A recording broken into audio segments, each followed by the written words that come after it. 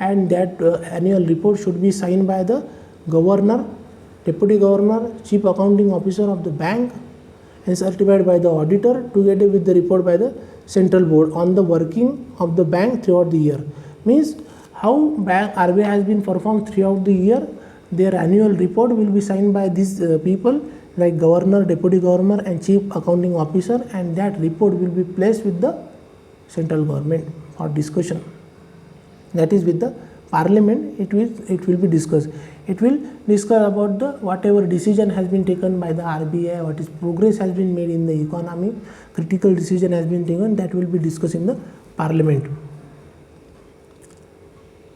See, the next point, bank may staff, means RBI may staff maintain expert staff. Means sometimes RBI will appoint some expert staff for, or like in we will say for statistics, say statistics and for or other rural credit.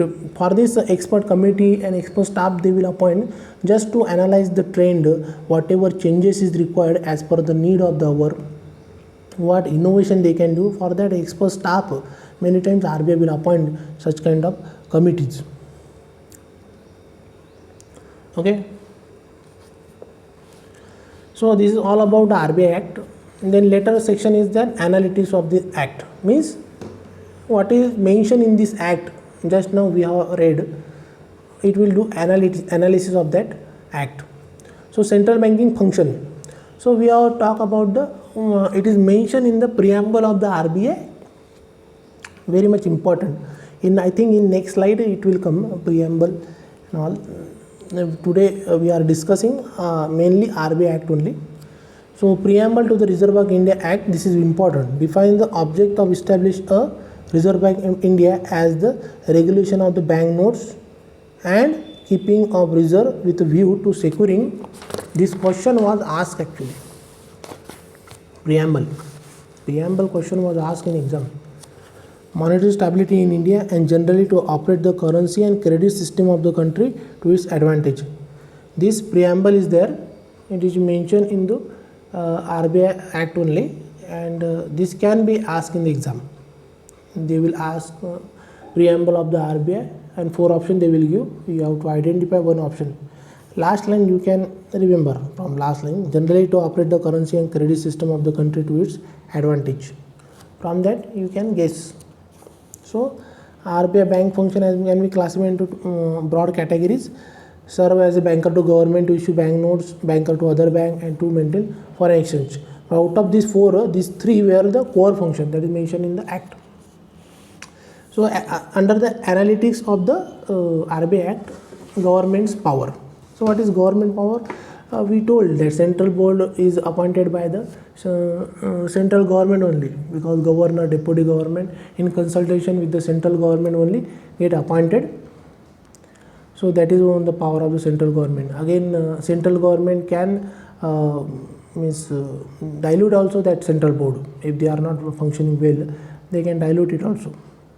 Then on central board we have seen that many directors are nominated by the central government, and they will represent the government. Then second point is Reserve Bank free from political influence. We have discussed these points earlier also. Separation of the public debt management function in I think chapter number 3, last slide. Chapter number 3 itself is more about transparency, accountability, and separation of the public debt management function. You can go through chapter number 3. Then banker to government, this point also I explained in chapter number 2, functions of the RBI. There what is function of the RBI towards government? It will act as the bank for the central government, that is union of government will say, as state government on the basis of agreement. So they will manage the cash management, then their debt management, then remittances, all will be managed by the RBI only. And then bankers bank, definitely RBI is bankers bank only. Lender of last resort function, that is also we have explained earlier in chapter number 1 also, chapter number 2 also. Lender of last resort, that is associated with the moral hazard. And bankers bank means definitely supervisory function and regulatory function has been given to RBI. They will supervise all commercial banks. So in this, under Banking Regulation Act 1949, also power has been given to RBI for their supervision. So that's why it is called Bankers Bank. Then credit facility available from the Reserve Bank. I explained you earlier that whenever bank will require a fund, they will go to RBI for rediscounting of that promissory notes, or we'll say that bill of exchange, and against for 90 days only, maximum it is a period of 90 days. You will say here it is mentioned, bank could grant loans, advances, scheduled bank and provincial cooperative bank on demand or on the expiry of the fixed period not exceeding 90 days. Again, this specifies security. What is security? Promissory notes, government security, bill of exchange, like this. Against it, RBI will provide liquidity to commercial banks. Then instrument of the credit control. Under instrument of credit control, it is talking about two things: bank rate and open market operations. I will tell you, bank rate nothing but from time to time RBI has to publish that bank rate. Under this bank rate only they will rediscount this bill of exchange and promissory note. And open market operation, you know, it is a tool for the implementation of the monetary policy. Under open market operation, RBI will purchase or sell government securities or these promissory notes or bill of exchange. And like that they will control the money supply in the economy and the inflation rate. So after this is the linking of Indian Bank with the Reserve Bank of India. Not that much important, I will say. So the next point is agriculture credit.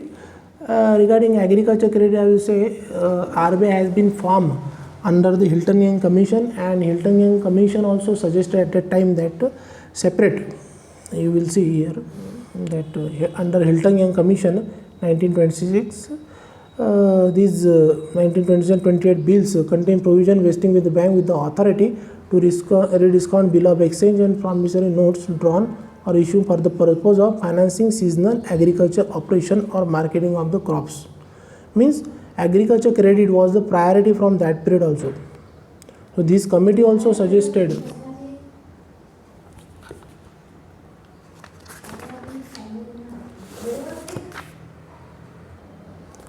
here section 54 of the act requiring bank to create a special agriculture credit department was really a last minute inclusion by the legislature, being the result of a lengthy debate on an amendment moved by the Sitaram Raju, who strongly supporting his amendment by quoting the analogy of the Commonwealth Bank of Australia, which was then undertaking a similar function.